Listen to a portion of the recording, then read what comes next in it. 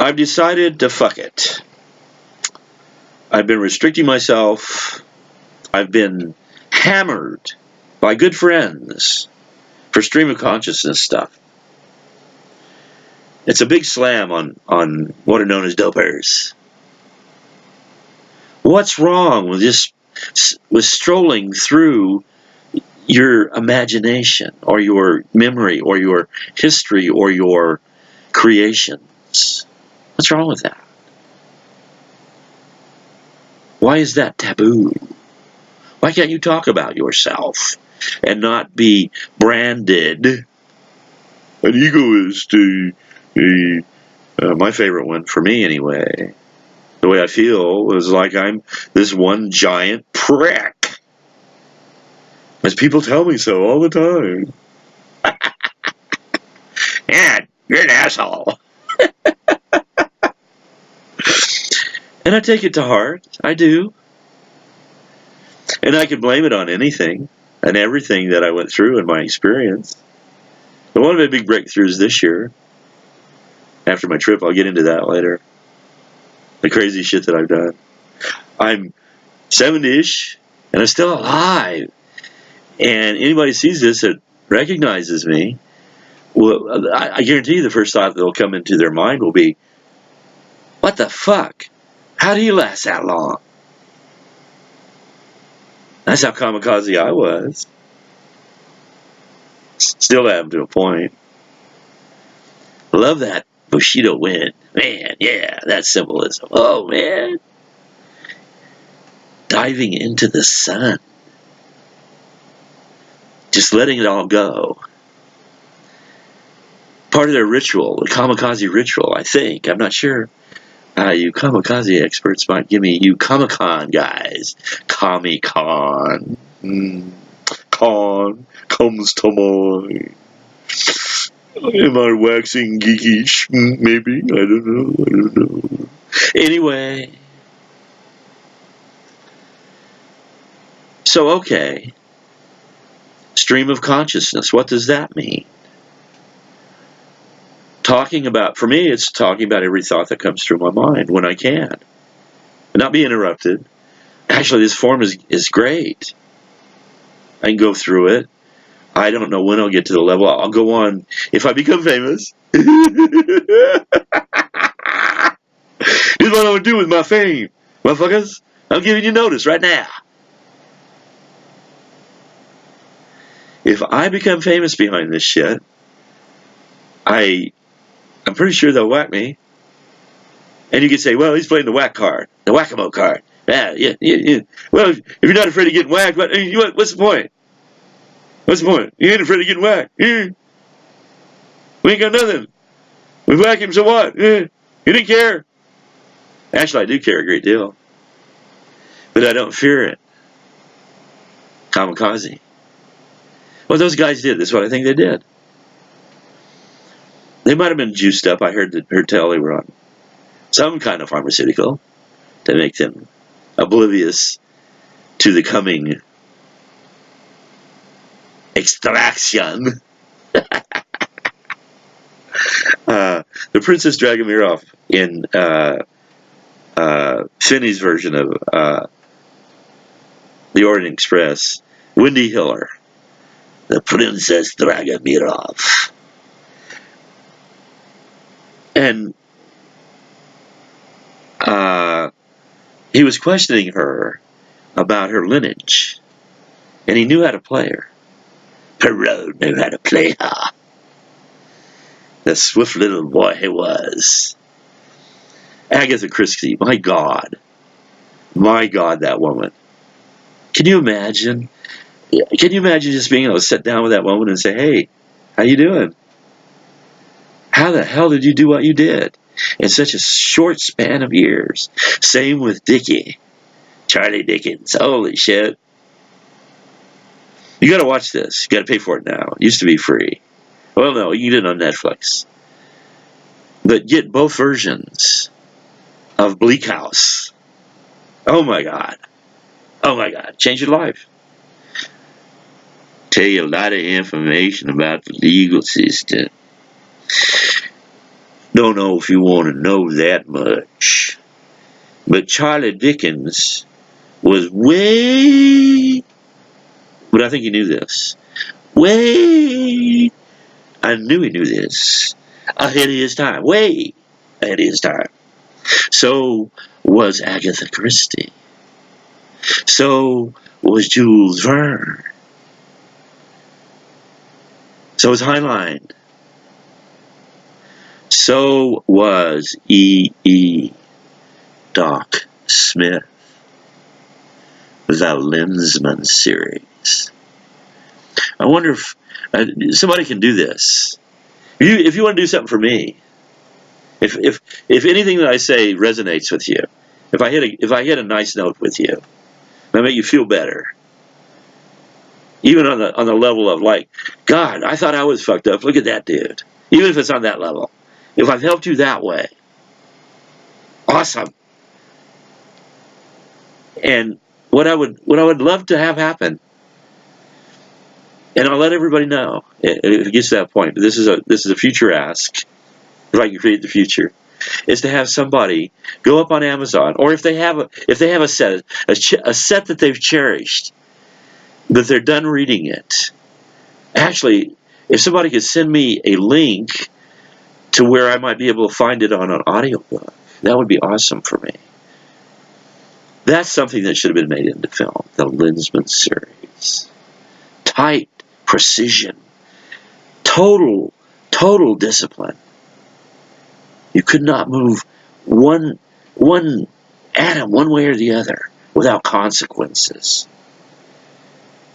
The Lensman had to be responsible for his creations. The Lensman. The Lensman.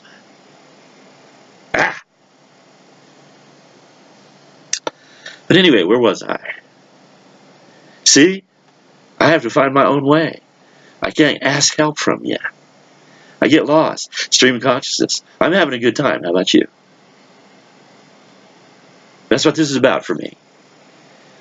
I've changed my life. I've gone through near death for 2 months. Near death. The whole trip. The whole trip. The whole trip. I broke the law the whole way. Come and get me. Persecute me for breaking the law the whole way. Huh? What do you mean you broke the law the whole way? Here's my journey. Here isn't my journey. Wunderbattes. The Germans. Oh my God. Heard tale. They've cranked up a Fourth Reich.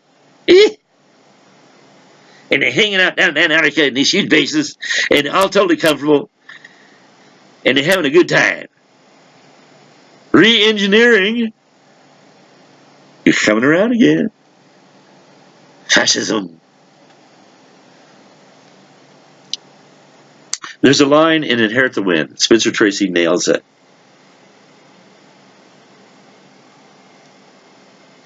When he's questioning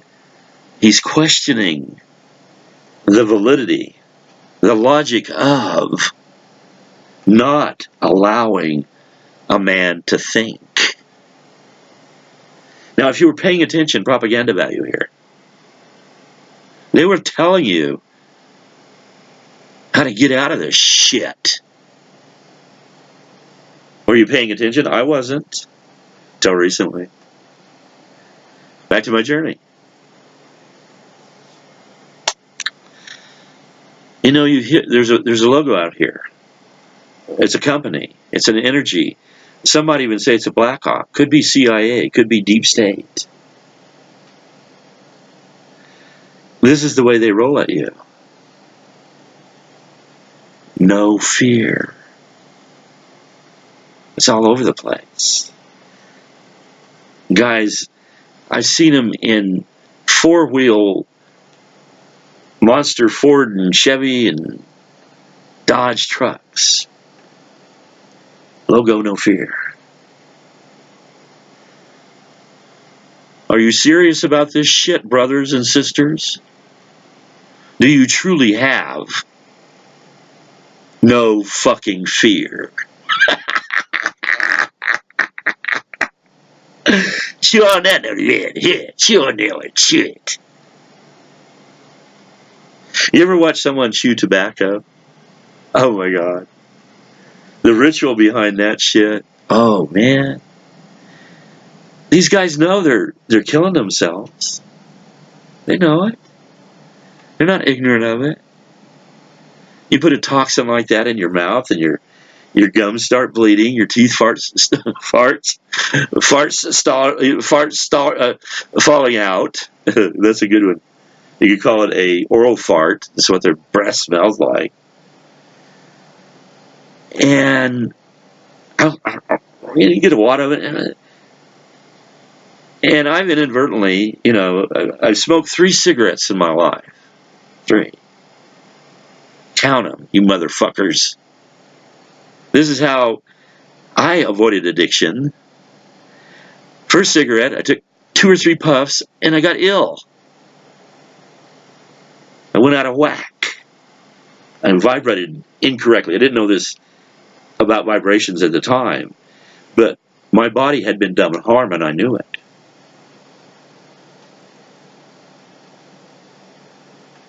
If you pay attention to yourself. No, I'm not just talking physical shit. There's wavelengths. Radio waves, if you will. Whatever you want to call them. Radar. Sonar. Yeah. Killing the aliens under the sea. There's a whole batch of information about the mermen. Have you seen that yet? The mermen. Wonder where the hammers are at. Could that Daryl Hannah mermaid been an offering there? This is what you get, fellas, if you succeed. What were they trying to succeed at?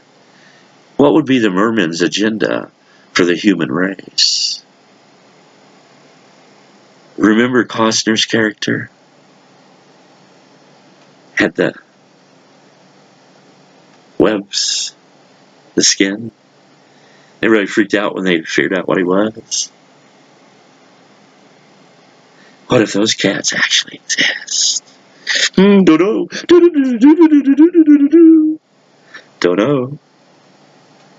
But they have some footage of something that looks suspiciously like, I don't know if it's camera shit or not, but suspiciously looks like an alien creature in kind of humanoid form. Can you imagine? I'm a swimmer. I have been most of my life. I grew up a block away. This will cite me in Bakersfield.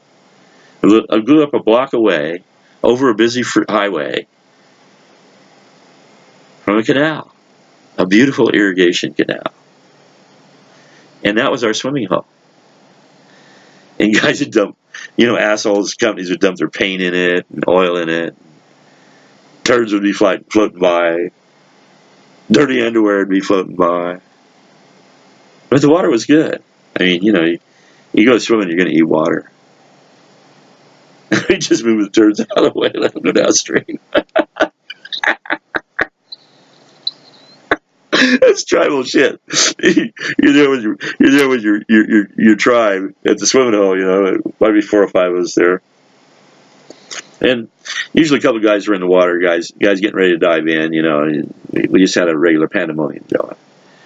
And one time I was standing there with my best friend Richard Tubbs. This will really out me. I may have my history wrong on this. I don't know what his ascension was. And Biker's peace, brother. If you want to kill me about outing this kind of information, I'm sorry, but I've got to talk about my brother. My brother, Richard Tubbs, wino, former president of the outlaw, I believe it was the outlaw motorcycle gang in Bakersfield. And I know personally a couple of guys that were in that group. One of them was Charlie Fike. You still there, Charlie? You can come and kill me if you want for this. Anyway, On to the next episode. Was that 6? I don't know. Check me. Maybe going to 7. Let's look. Later.